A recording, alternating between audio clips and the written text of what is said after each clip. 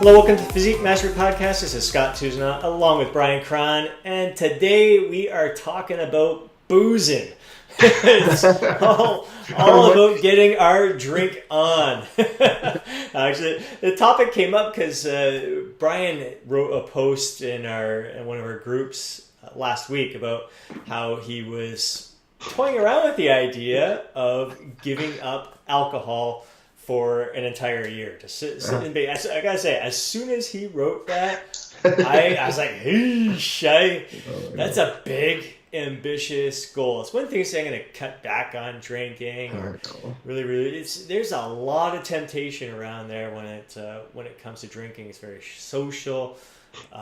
It feels good. It's nice just to frickin' chill, relax, and all that stuff. But there are a lot of benefits to kind of just going cold turkey, having alcohol completely out of your life. And we've seen it in our Physique Mastery Movement group coaching.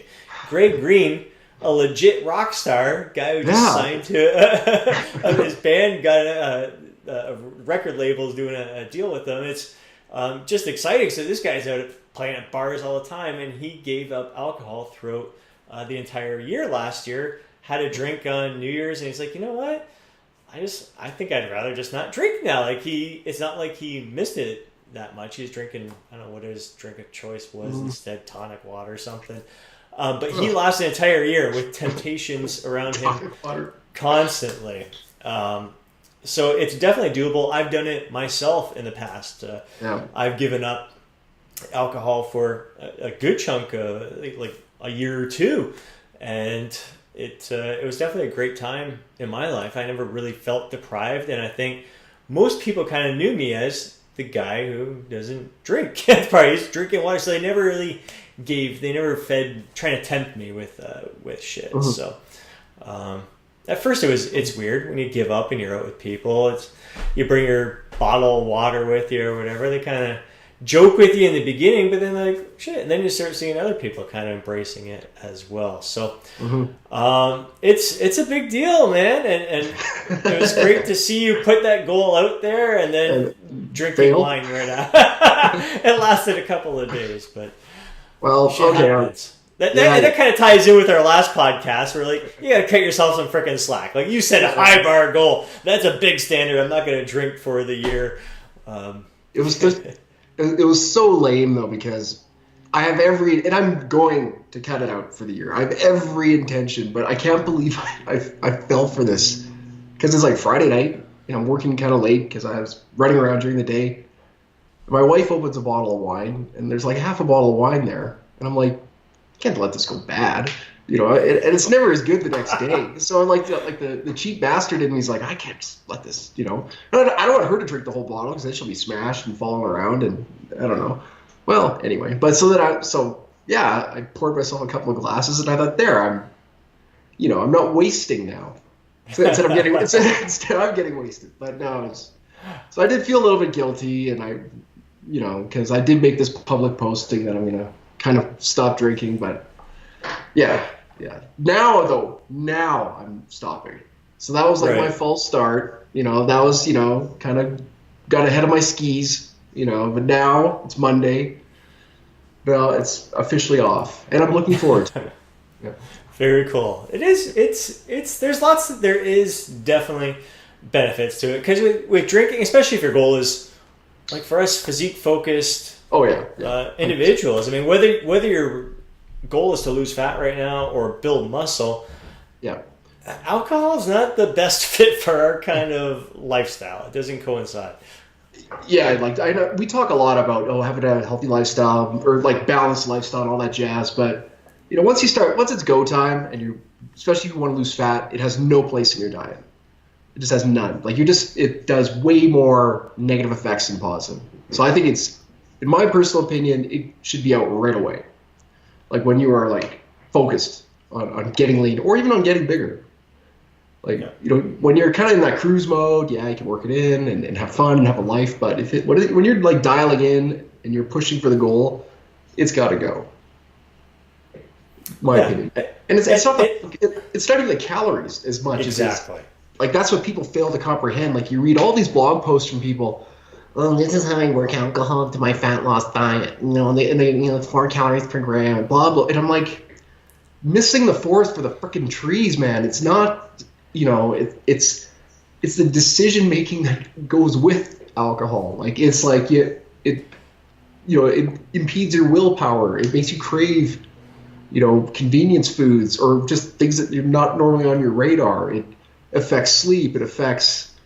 It definitely affects sleep. It affects hormones. That's a little sketchier to measure, but there's this whole snowball effect that comes with it. So, I mean, it's just best just to say, you know what, I'm in prep right now, not drinking it. So yeah, the snowball effect is massive. Like I said, it's going to impact your sleep, and so your lack of sleep plus the alcohol in your system the next day is, even if your day's not a write-off, you're not going to be functioning the best that you can. And if you have a workout schedule for that day, it's not going to be as good as it could have been. And then you're tired, your sleep's impacted, and like I said, that'll impact your appetite. While you're drinking, like I said, you're going to make poor choices during that time. I know I did Friday night. I was out with the guys, I had 2 drinks. I ate more food than I probably would have if I didn't have any drinks that night. Saturday night, had a couple more drinks. I was good. I was like, after Friday night, I was like, fuck, why did I eat all that stuff? It was just poor decision making because of the alcohol. So I'm like, I'm going to make better decisions here. I'm just having 2 drinks tonight. But the next day, I had a headache from just 2 freaking drinks. I felt just sluggish. I wasn't moving around much. I just wanted to sit around my ass. Good thing it was football, because I had an excuse to sit on my ass all day and watch the football games. But it wasn't my best day yesterday, just from 2 freaking beers. It affects me in many different ways. That's for sure. It's way more than just these just the calories that people are fixated on, and anything that this process is hard. So you don't want to rely on willpower, because that's very, very finite resource. But you don't want to do things that deliberately erode your willpower either. Like, you want to, you want to surround yourself with stuff that just empowers you. And so, if you start to drink, you start, get a little bit, I got away with that. That's no big deal. I'll eat a little bit of this, I'll eat a little bit of that. And maybe in isolation, these little indiscretions don't really matter, but it's a slide. And it adds up very quickly. So, so that's just, I shot myself in the foot with that one. But But it's a legit goal. I'm really glad you put it out there, because it really did get me thinking. It got, can I do it? Like, do I want to do it? But then I started thinking, because it start talking myself out of it. Well, like, if I say I'm going to give it up, then that means, like, when I'm out at this gathering, I've got to, I don't know. It's easy to justify reasons to drink. And you see people fall into it all the time. There's like, oh, after a busy day of work, it's my way to unwind and relax and get stress free. So I have to have 2 glasses of red wine with dinner every single night. That's my thing. I'm not going to cut that out no matter what. Well, you're justifying this. You can swap that habit out with something much better. I think that's oftentimes that's what I find when people do give up alcohol or anything else, any other bad habit. They'll replace it with something that's much better for themselves and ends up in the long run being better off. Yeah, absolutely. But I admit, like, when I am tipsy and stuff, I can be a little bit more fun, but there's been lots of parties I've been at where I haven't drank anything at all. I haven't forgotten. I don't need alcohol to have a good time.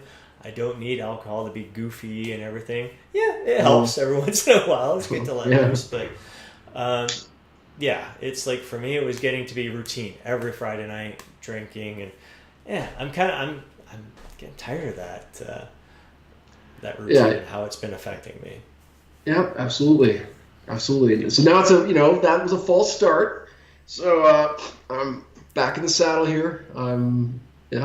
I should rewrite that post.